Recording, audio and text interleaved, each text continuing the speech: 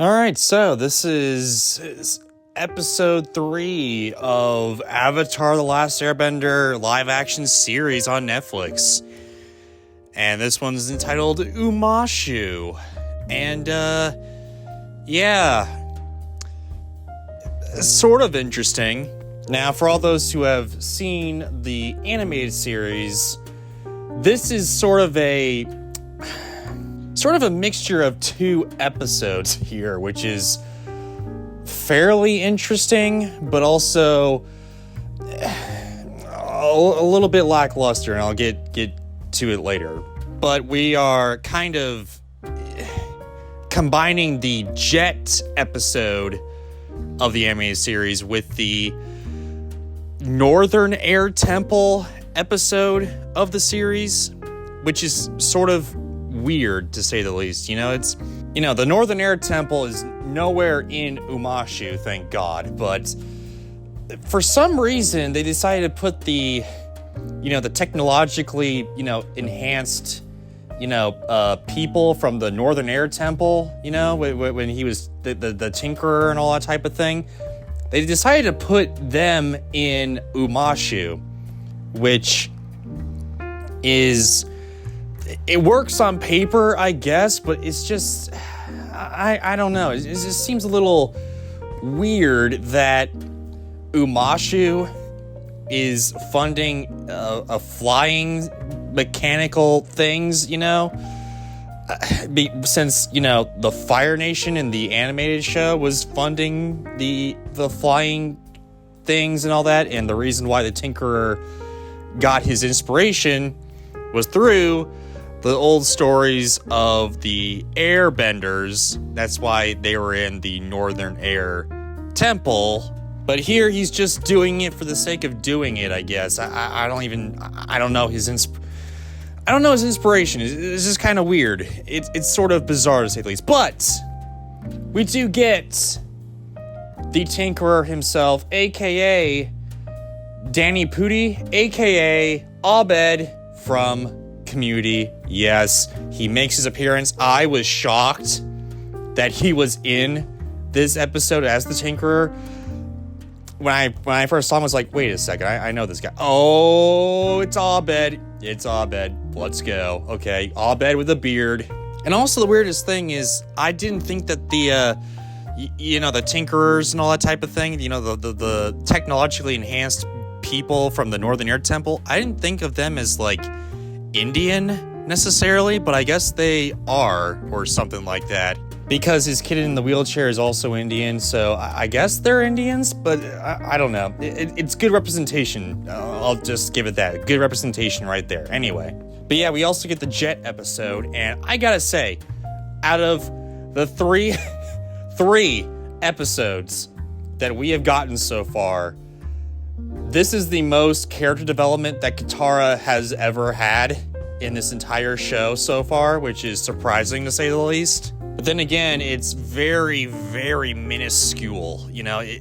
She likes Jet, supposedly, but after like 5 minutes of her realizing it, she's kind of like, okay, yeah, he's bad. Let's take him out and all that, which is very rushed. And I don't know. My mind is kind of going all over the place here. Here's the basic of it. I get what they were trying to do on paper, okay? Sokka with the Tinkerers and all that, they were kind of showing one side. They're trying to show one side of it, where I guess supposedly the Tinkerer himself, Danny Pudi, was in cahoots with the Fire Nation and all that. And Jet is also supposedly like on the complete opposite end of the spectrum here, where he's, trying to take out everyone in connection with the Fire Nation and all that. So it's kind of showing the double-sidedness of war or whatever. It also has, now that I'm thinking about it, it reminds me of The Great Divide, which is the worst episode of all time of Avatar in its entirety, and they're basically making another Great Divide episode, which explains why it's so bizarre. Because to be fair, okay, it does work on paper, okay? Sokka as a tinkerer and all that, you know, he's exploring his newly found abilities and all that, and Katara's, you know, showing her side, you know, showing the love that, I don't know, Jet for Jet and all that, you know, kind of exploring new things and all that type of thing, you know.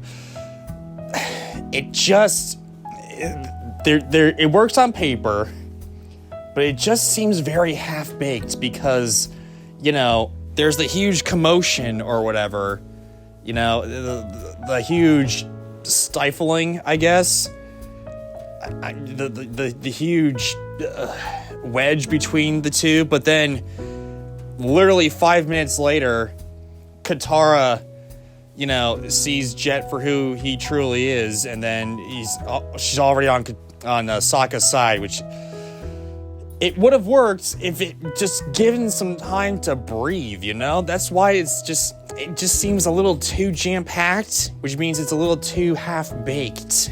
But Danny Pudi was pretty good as a tinkerer. Let me just get that out there. I liked him as a tinkerer. And, you know, in the animated show with the Northern Air Temple and all that, you know, Aang has to come to grips with, like, you know, these tinkerers, you know, learning to fly when, you know, airbenders could only supposedly fly-ish, you know?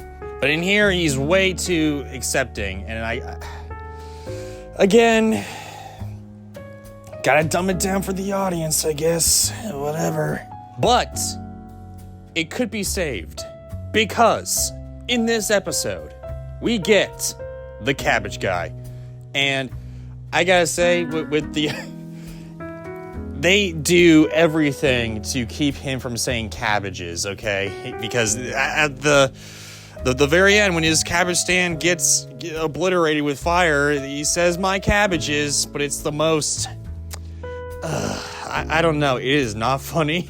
It's not as funny as the animated show. I'm sorry. They were building up to it, and it was just kind of lackluster. It was just he didn't say "my cabbage" is the correct way. I'm sorry. I know I'm kind of a Debbie Downer when it comes to this, and it's funny in context when he was just, you know, about to say cabbages, but he never said cabbages.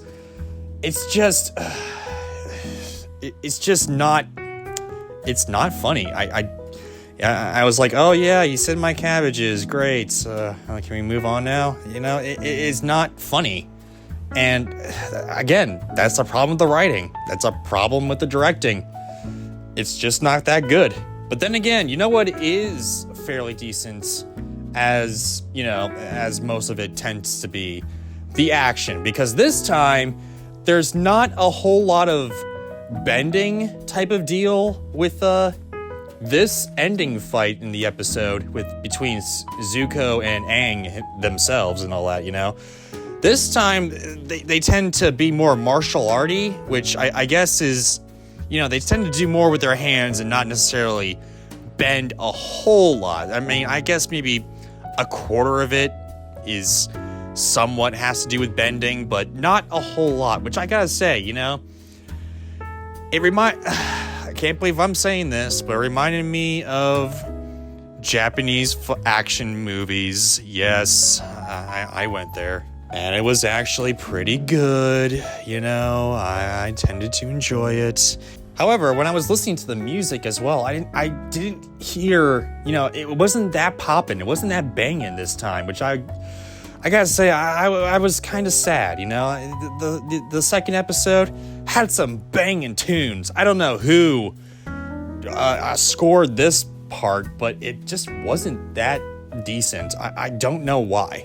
Also, I can tell that they were trying their hardest with the jokes, but the jokes in this episode were not funny. I'm sorry.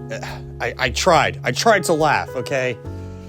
But I could tell that they were, like, for instance, the whole Pipsqueak joke, right? Pipsqueak is the big guy, and the Duke is the smaller person, right? Like, the part of Jet's gang and all that, right? So, Katara calls the little one Pipsqueak, but then the actual Pipsqueak comes over and says, "He's the Duke." I'm Pipsqueak. And Katara's just like, oh, okay.